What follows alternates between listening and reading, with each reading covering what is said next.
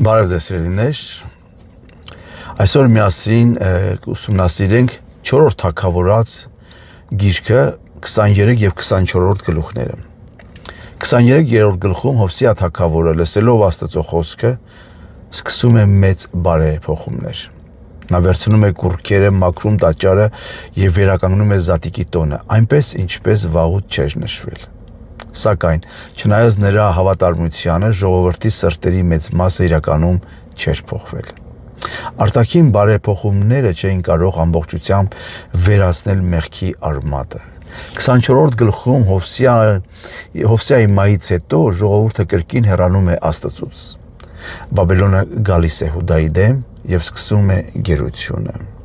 Թագավորները փոխվում են, Երուսաղեմը թուլանում է և կատարվում է այն մարգարեությունները, որոնց մասին Աստված երկար տարիներ զգուշացրել էր իր ժողովրդին։ Այս գլուխները մեզ ցույց են տալիս, որ նույնիսկ լավագույն թագավորը չէր կարող ամբողջությամբ փոխել ժողովրդի սիրտը։ Դրա համար անհրաժեշտ էր ավելի մեծ թագավոր։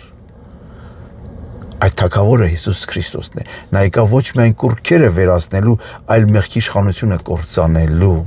Նա մաքրում է ոչ միայն տաճարը, այլ նաև մարդու սիրտը Սուրբ Հոգու միջոցով ստեղծելով նոր կյանք։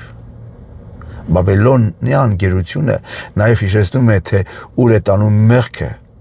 բաժանում Աստծուց։ Իսկ Հիսուս Քրիստոսը եկավ, որպեսզի մեզ վերադարձնի Հոր մոտ, խաչի վրա նա վերցրեց մեր դատաստանը, որպեսզի մենք ստանանք ազատություն, ներում և հավիտենական կյանք։ Այսօր էլ ընտրությունը նույնն է։ Կունենանք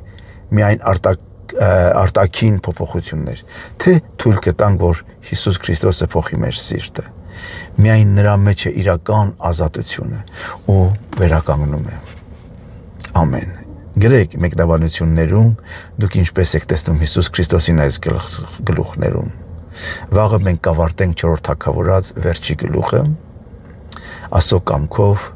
կհանդիպենք